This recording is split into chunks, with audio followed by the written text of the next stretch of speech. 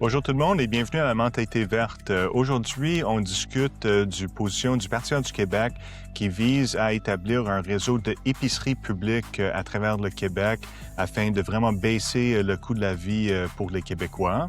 Et je suis joint aujourd'hui par Jonathan Croteau, qui est candidat du Parti vert dans Arthabasca-Érable et aussi étudiant en la maîtrise en sécurité alimentaire à l'Université de Laval. Donc, bienvenue Jonathan. Merci. Bonjour Alex, bonjour à tous et à toutes. Super. Donc, je vous ai invité pour ce podcast parce que, évidemment, vous avez un parcours très pertinent à cet axe très importante du programme du Parti vert pour cette élection. Donc, est-ce que tu peux partager avec nous pourquoi l'idée d'avoir une épicerie publique est important?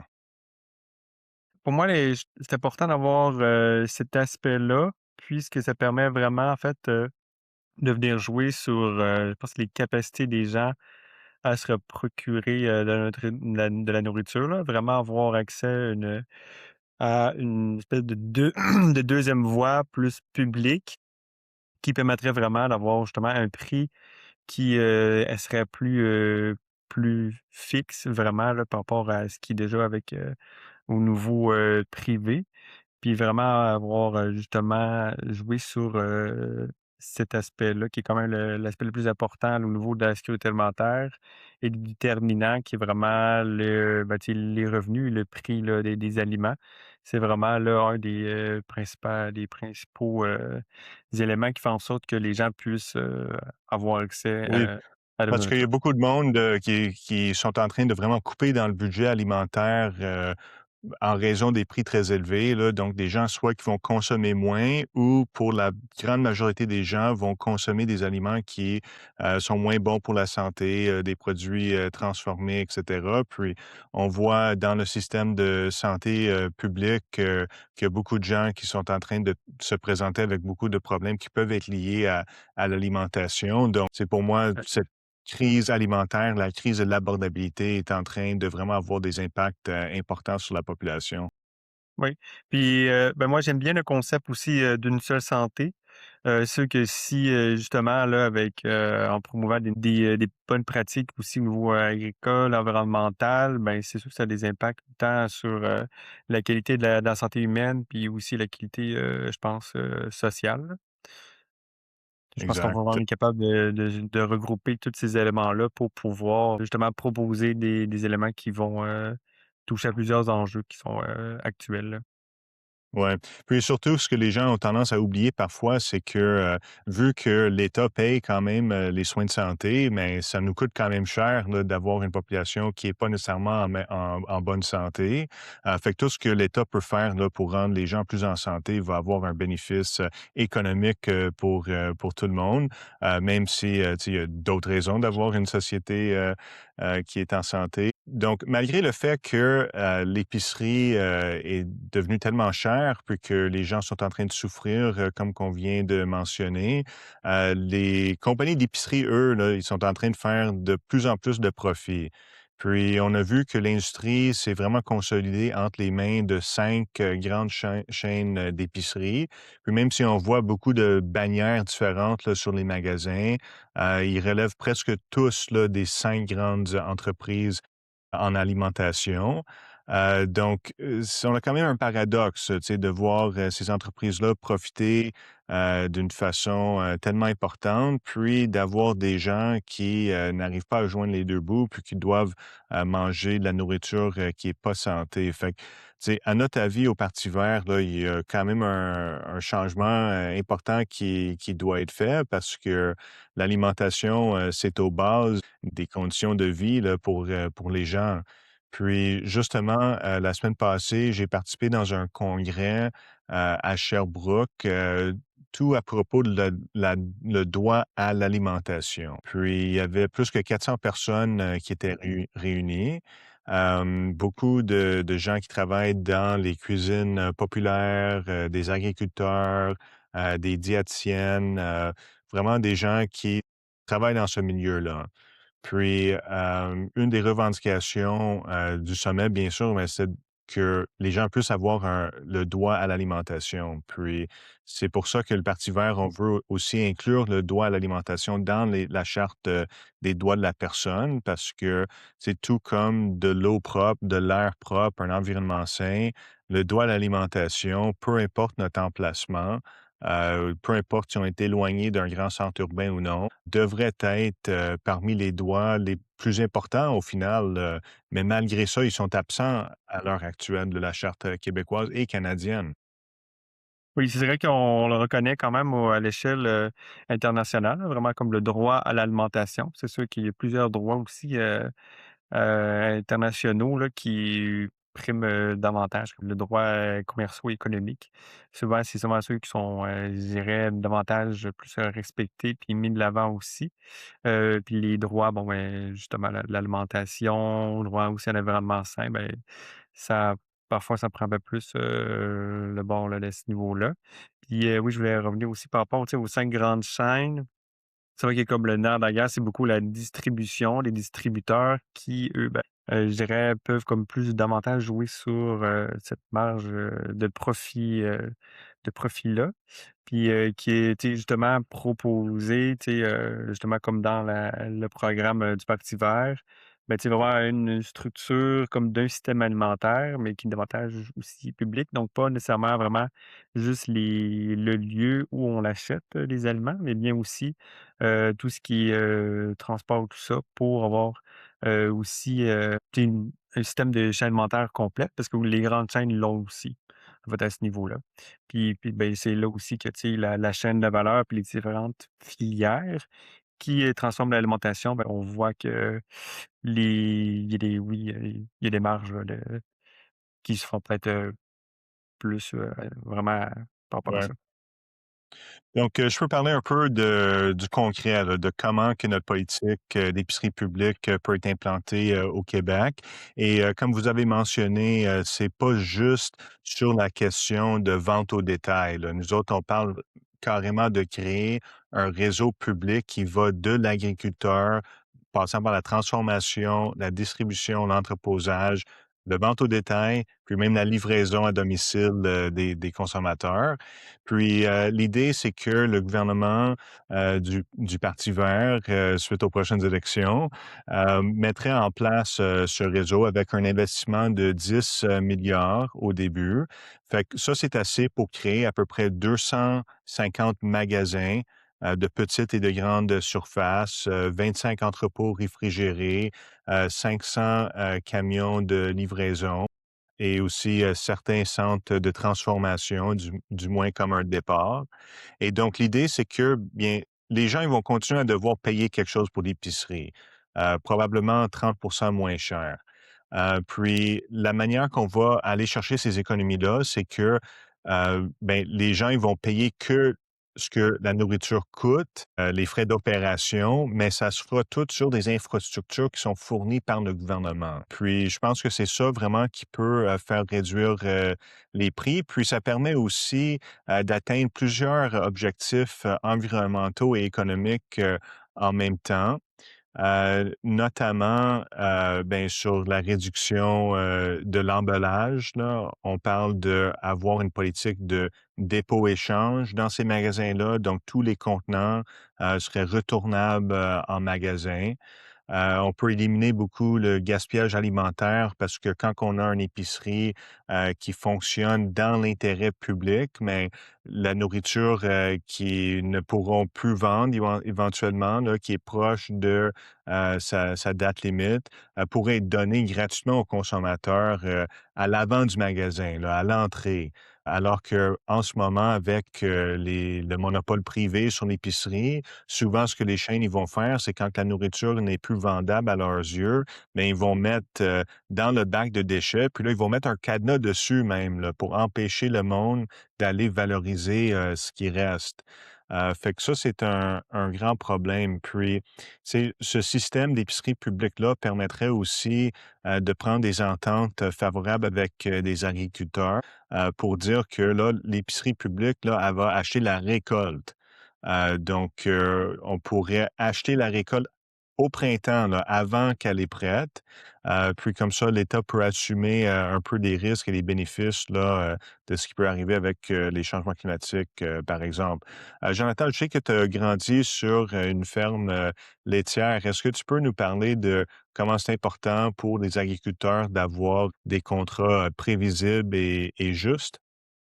Oui, ben, je sais que j'ai grandi sur une ferme, laitière, donc les produits laitiers sont quand même, sous la gestion, de l'offre, ce qui permet vraiment d'avoir déjà quand même, un revenu qui est stable, qui est vraiment bien là, vraiment, tu sais, à cette échelle-là. Puis c'est sûr que, tu sais, vraiment en je dirais côtoyant le milieu, puis côtoyant aussi des personnes qui l'ont vécu, tu sais, c'est sûr que tout ce qui est vraiment un peu en dehors de cette gestion de l'offre-là, ben, c'est quand même, compliqué. On peut passer au maraîchage qui est quand même, un milieu, assez difficile pour essayer de vraiment aussi faire la promotion, vendre ses produits, assurer comme à chaque année, c'est un peu justement, un coup de dé là. Est-ce qu'ils vont avoir assez suffisamment de personnes d'abonnés au panier? Est-ce qu'ils vont avoir suffisamment de personnes qui vont passer au kiosque à la ferme? Si on sait jamais, ils savent jamais vraiment, en fait, là. Fait que je pense que c'est vraiment important de ne serait-ce que, tu sais, d'assurer un revenu pour les gens qui, permettent de nous nourrir quand même, au quotidien. Je pense que c'est vraiment, important et puis vraiment soutenir, tu sais, tu sais, il y a quand même aussi le mouvement, Fermier de famille. C'est vraiment, je pense important aussi parce que c'est aussi, comme on le disait tout à l'heure, ben, un lien avec la santé, là. C'est que s'ils peuvent, s'ils offrent vraiment puis ils produisent des aliments sains puis qu'on puisse vraiment l'avoir à proximité, ben, là, ça aide aussi, à plusieurs niveaux. Oui, c'est ça. Puis ça pourrait aussi nous permettre, de vraiment manger ce qui est en saison, parce que en ce moment, tu sais, il y a beaucoup de choses dans l'épicerie, là, qui viennent, par exemple, de la Californie, qui sont importées. Donc les gens, ils vont manger des choses qui sont pas en saison au Québec, alors que si on avait l'épicerie publique, surtout avec les ententes avec les agriculteurs, mais là, on pourrait vraiment, écouler beaucoup de produits saisonniers, ce qui est mieux pour l'environnement parce qu'on évite, tout le transport là d'importer des aliments. Puis, ça permet de favoriser, la consommation locale là, ce qui est très bon pour, la réduction des gaz à effet de serre. Hem, je voulais aussi, parler un peu, de comment on peut, vraiment tenir tête contre les épiceries, publiques parce que c'est une méga ch des méga chaînes, d'entreprises, qui opèrent, derrière ça. Est-ce que tu peux nous donner, ton opinion là sur, comment les entreprises d'épicerie pourraient réagir face à un système public comme qu'on propose? J'avoue que, tu sais, quand même, les systèmes une chose qui est sûre en étudiant les systèmes alimentaires, c'est que très complexe et quand même, je dirais, vraiment bien ficelé aussi. Puis de là aussi la complexité, là, vraiment du système alimentaire. Donc comment eux pourraient réagir? Je pense qu'ils pourraient réagir comme peut-être, différentes manières. Autant que ça peut être vu comme, une autre option, puis une autre juste, aussi concurrence qui est là, puis que en fait, c'est un peu le libre marché, puis ainsi va les prix aussi, peut-être qu'ils vont comme ajuster leurs prix et qu'est-ce qu'ils vont faire exactement? C'est, quand même, difficile à dire qu'est-ce qui, par rapport à ça. Puis tu sais, c'est aussi après, voilà, eux, comme leur démarche, ils vont avoir comme une démarche en commun pour, un peu aussi le même principe, là. C'est sûr que s'il y a comme, un concurrent qui offre moins, ben, probablement que ou ça va faire peut-être réévaluer les prix aussi, chez les autres, là. Oui. Puis, je voulais aussi, revenir sur, quelque chose que j'ai appris au sommet sur, l'alimentation. Vous savez, il y a certaines municipalités là, qui ont, pris des démarches là, pour avoir, l'épicerie publique. Puis, c'était le cas d'une petite municipalité, de quelques centaines de personnes en Abitibi-Témiscamingue, nommée Moffett. Puis, j'ai eu la chance de rencontrer, le maire, puis, d'entendre sa prise de parole au sommet. Puis, eux autres, ce qui est arrivé, c'est que l'épicerie, privée dans le village a fermé. Puis là, le conseil municipal, s'est pris entre les mains, pour reprendre, cette épicerie-là. ils ont offert un contrat pour un opérateur. Donc, il y a une entreprise privée embauchée par la ville qui a fait la gestion de l'épicerie. Puis, ils ont aussi fait des serres communautaires, là. Fait que là, ils disent que sur à peu près 200 personnes dans la municipalité, il y en a 40 là, qui sont impliquées de près ou de loin avec le projet de sériculture du village. Puis il paraît qu'ils ont réussi à vraiment former tout, un esprit communautaire, autour de ça. Moi, j'ai trouvé ça très intéressant parce que depuis plusieurs années, le Parti vert, on propose vraiment un projet de sériculture, nationale, donc d'avoir, beaucoup de serres alimentées par l'hydroélectricité, qui, peuvent justement permettre aux gens, de s'impliquer, que ça devienne des pôles de rassemblement communautaire et que ça commence à contribuer, à l'autosuffisance, alimentaire, là, dans la mesure, du possible. Comment tu trouves ça, la filière, de sériculture, au Québec? Il y a des gens qui disent qu'on est, en retard par rapport à d'autres provinces et d'autres endroits.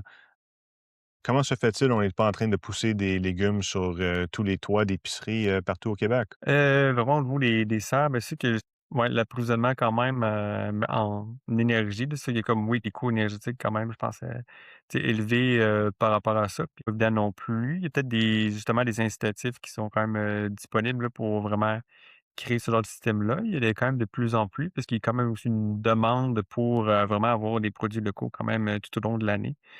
Niveau-là, ben, ça permettrait davantage de serre. On cherche vraiment à être davantage autonome. C'est sûr que ça passe par une partie dans cette voie-là. Puis après ça, c'est vraiment, tout aussi trouver, peut-être, un équilibre dans, tu sais, les énergies. Comment vraiment, oui, faire, tu sais, chauffer, éclairer, ces serres-là pendant les tu sais, la saison froide. Tu sais, est-ce qu'il y a, des énergies quand même qui peuvent d'autres industries qui peuvent, servir pour, ces serres-là? Donc une espèce de symbiose un peu industrielle qui pourrait se créer là, tout dépendant justement des où cela pourrait avoir, être tout ça là. Mais Oui, après ça, je mais je sais pense qu'il y a des projets comme ça, qui sont en marche, au Québec, je pense, aux serres, Tundra à Saguenay-Lac-Saint-Jean qui utilisent, de la chaleur industrielle là, pour, chauffer, les serres, puis tu sais, ça, c'est vraiment génial là, quand on voit que cette chaleur-là peut être utilisée, comme que pour, les centres de données là, qui utilisent beaucoup de courant, puis qui émettent beaucoup, d'énergie thermique. Ça peut être des sources, d'énergie là, pour alimenter, des serres.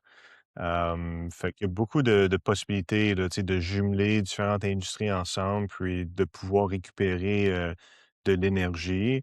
Mais ça prend quand même une coordination gouvernementale, puis des conditions qui favorisent ce genre de coopération-là parce que, tu sais, souvent, c'est plus facile pour les industries de laisser évaporer la chaleur là, par les cheminées que de le valoriser puis de l'utiliser pour quelque chose d'autre. Mais avec, certaines incentives, là, on peut vraiment pousser de l'avant, des projets de ce type. ouais, puis c'est sûr que aussi, tu sais, au niveau des serres, tu sais, quand même, tu sais, il peut y avoir aussi des impacts environnementaux aux serres. Puis je pense que c'est important quand même aussi de les prendre en considération. C'est beaucoup au niveau de la pollution, quand même lumineuse, le soir qu'il peut y avoir. Fait que, tu sais, c'est aussi, essayer de réfléchir à ça là, dans toutes les installations qui peut avoir lieu, là. Rien de comme projet n'a pas n'a tu sais, l'impact zéro n'existe pas, là. Fait que c'est sûr que c'est important à prendre, en compte dans l'équation.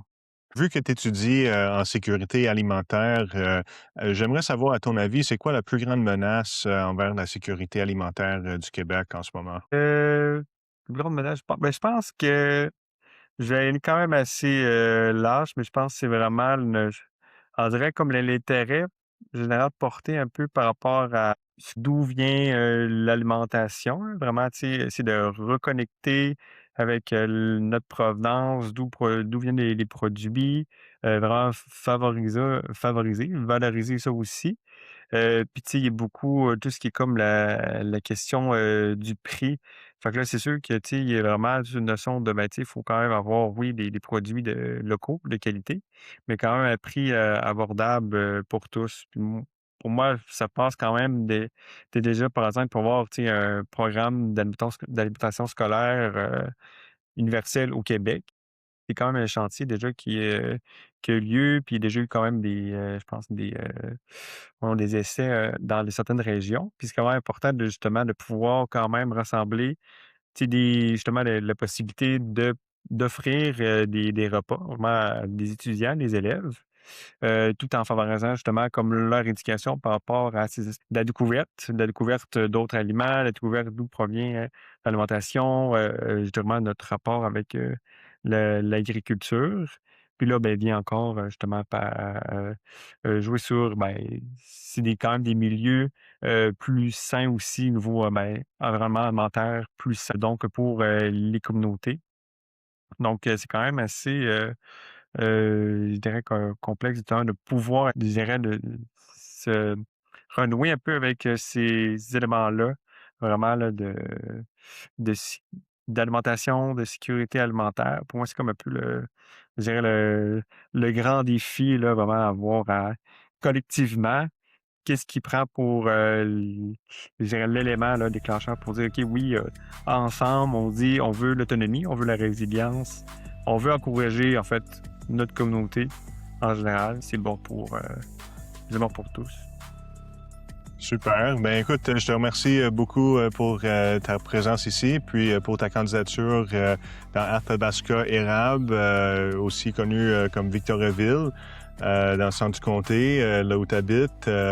Puis, tu sais, je pense que cette idée là, d'avoir une épicerie publique là, peut vraiment aider les gens là, à joindre les deux bouts, peut nous aider à atteindre plein d'objectifs environnementaux et économiques pour soutenir les agriculteurs, puis pour aider les gens là, à rester en santé. Donc, c'est quelque chose qu'on va continuer à pousser très, très fort dans le cadre de cette campagne électorale et je te remercie à nouveau pour ta présence. Merci Alex.